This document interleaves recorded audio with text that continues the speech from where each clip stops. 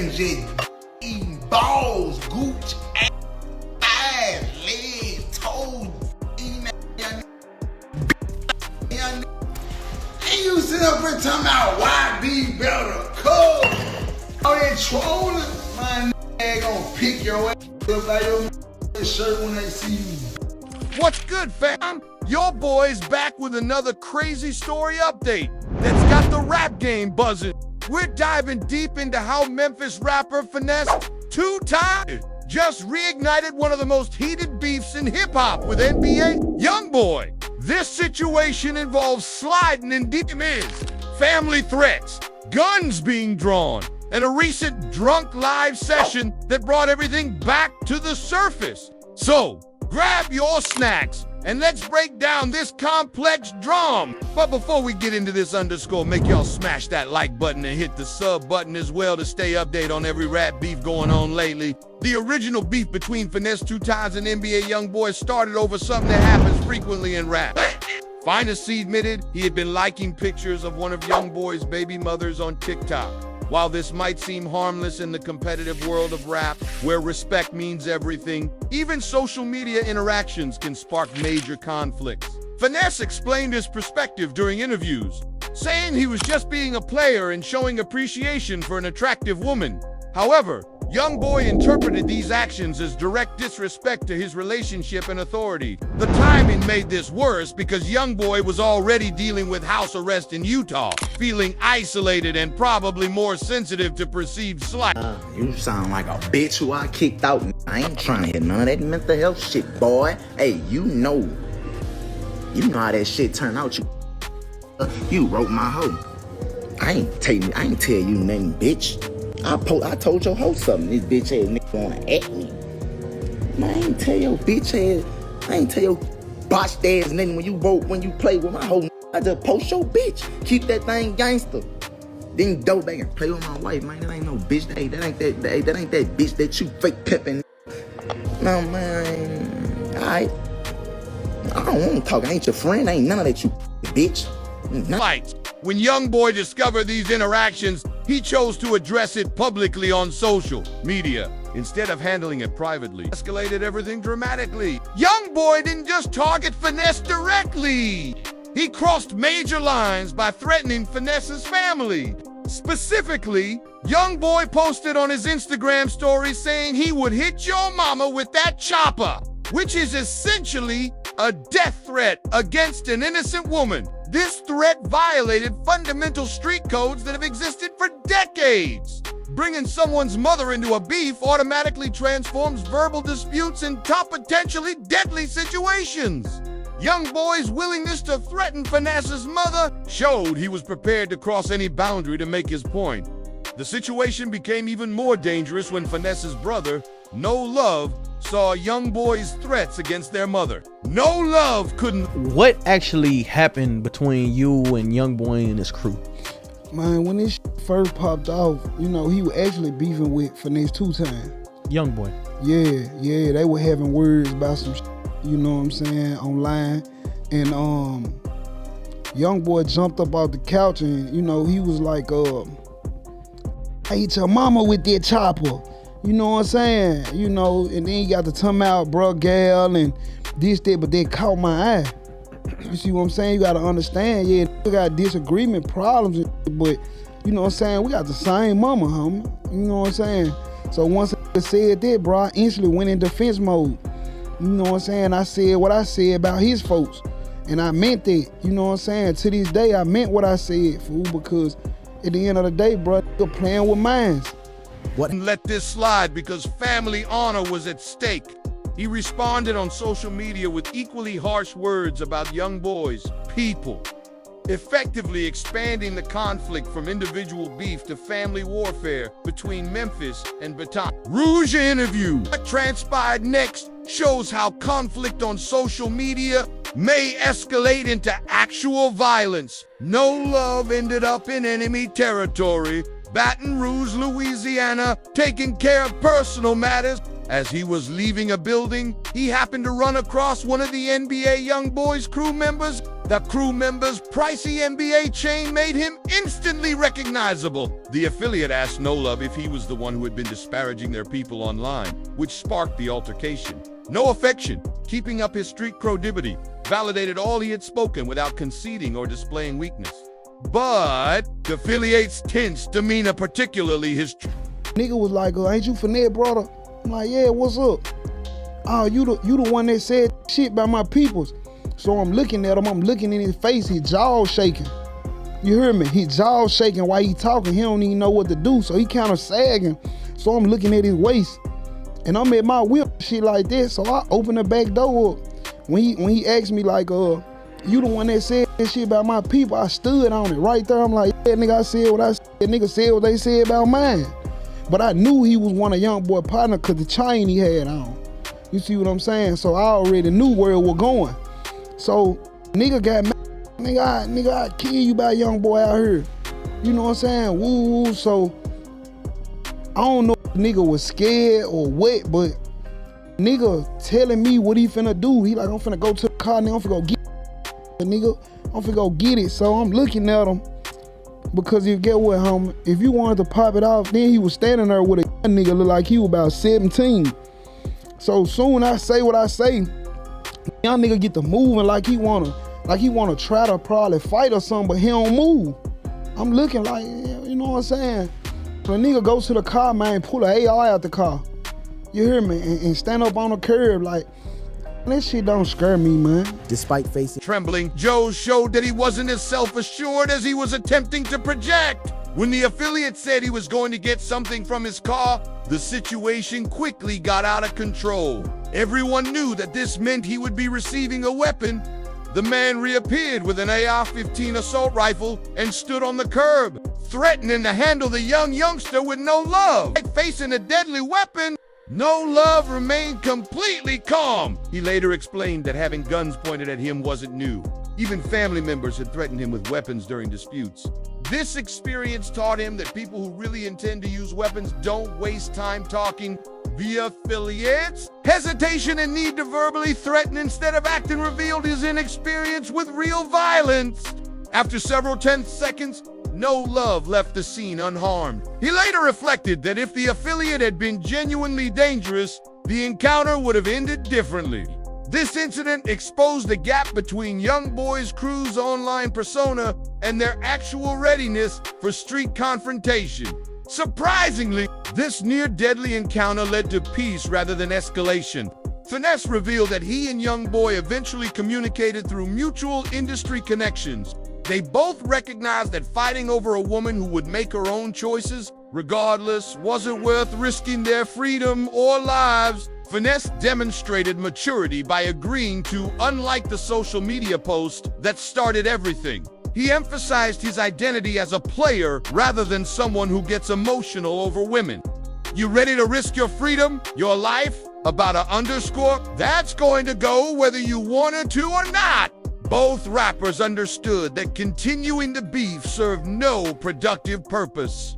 So, they officially ended their conflict and moved forward with their careers. The peace lasted for months until recently when Finesse went live on social media in what appeared to be an intoxicated state. During this live session, viewers could see he was agitated and not thinking clearly.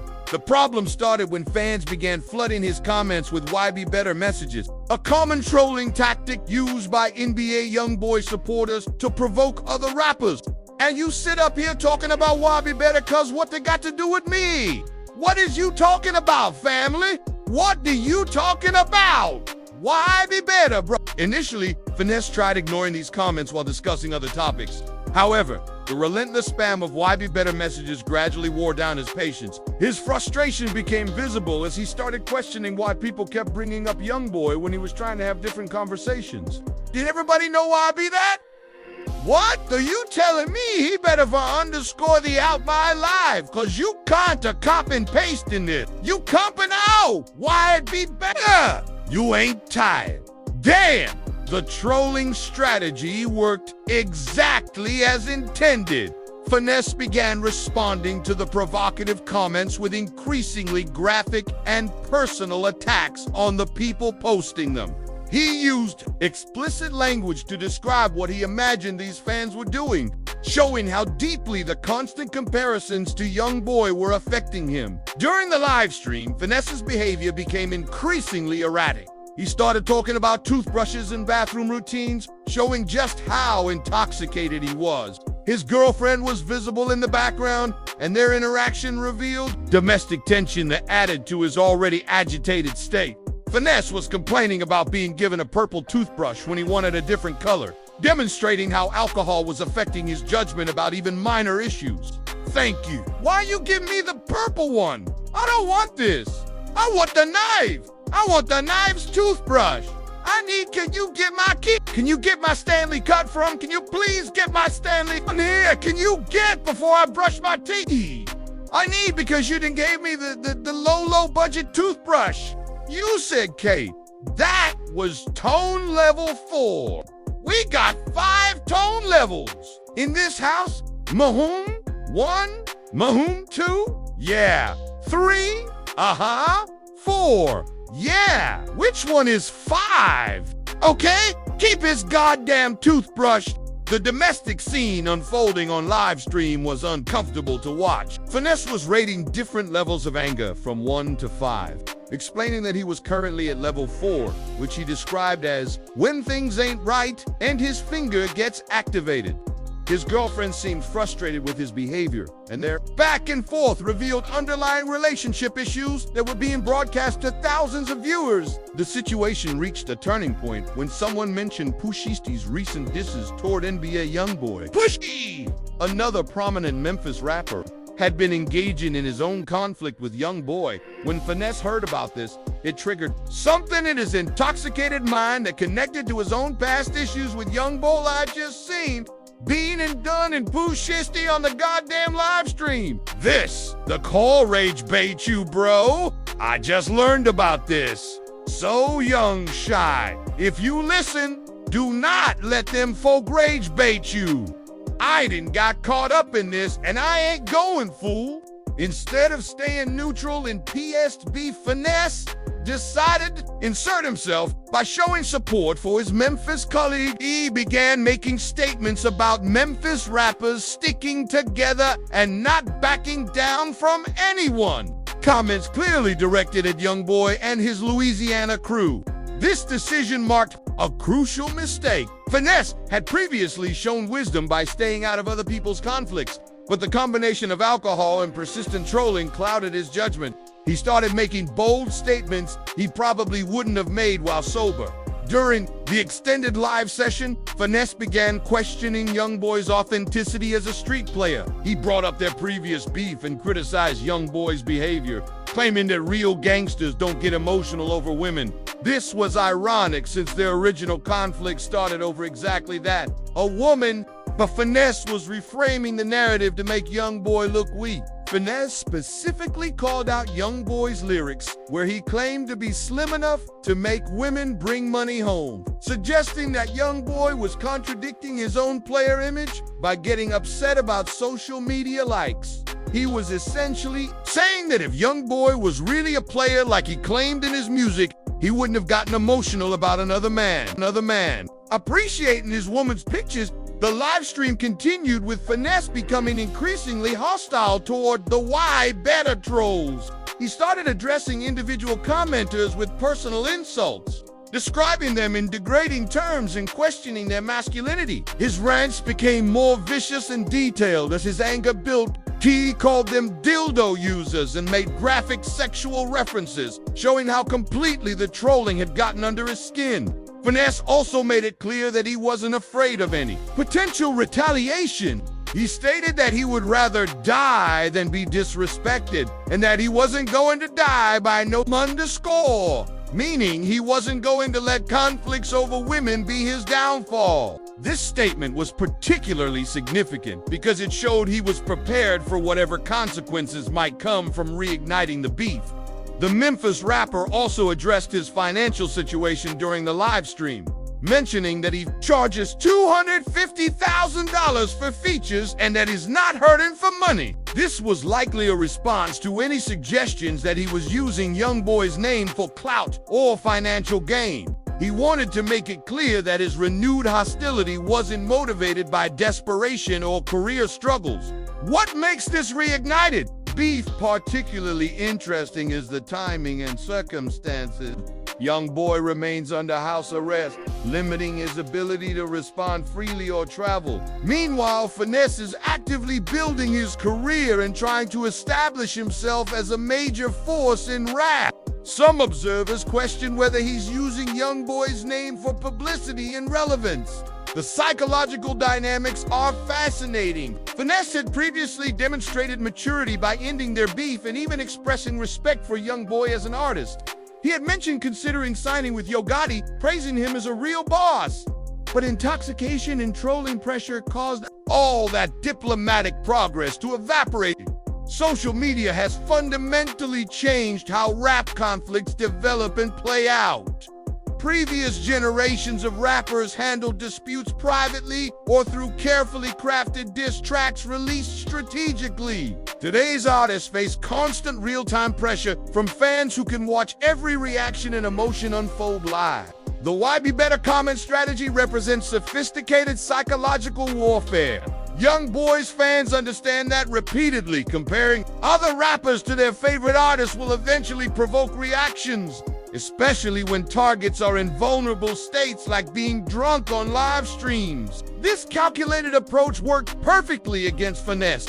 Finesse's reaction also reveals the competitive pressures facing modern rappers. Even after officially resolving a beef, having thousands of fans constantly tell you that your former opponent is superior can reignite feelings of disrespect and wounded pride. It's psychological torture disguised as fan loyalty.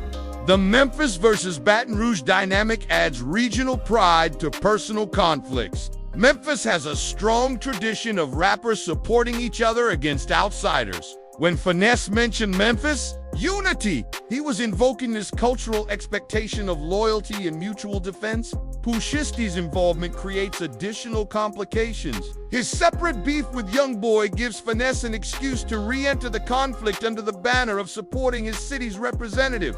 This allows him to frame his renewed hostility as loyalty rather than personal vendetta. The alcohol factor cannot be ignored. Intoxication removes mental filters that normally prevent people from saying things they'll regret. Finesse's sober self had wisely ended the beef, but his drunk self couldn't resist responding to provocation. As this situation develops, several questions remain unanswered. Will Youngboy respond to Finesse's renewed disrespect, or will he focus on his legal situation? Will Finesse maintain his hostile stance when he sobers up, or will he attempt to walk back his statements? How will this affect both artists' careers and reputations? The broader lesson demonstrates that in today's social media environment, no conflict ever truly ends. Digital platforms provide constant opportunities for old wounds to reopen through trolling, misunderstandings, or poor judgment. Finesse2Tymes just proved that even mature, level-headed artists can make impulsive decisions that restart conflicts they had wisely ended.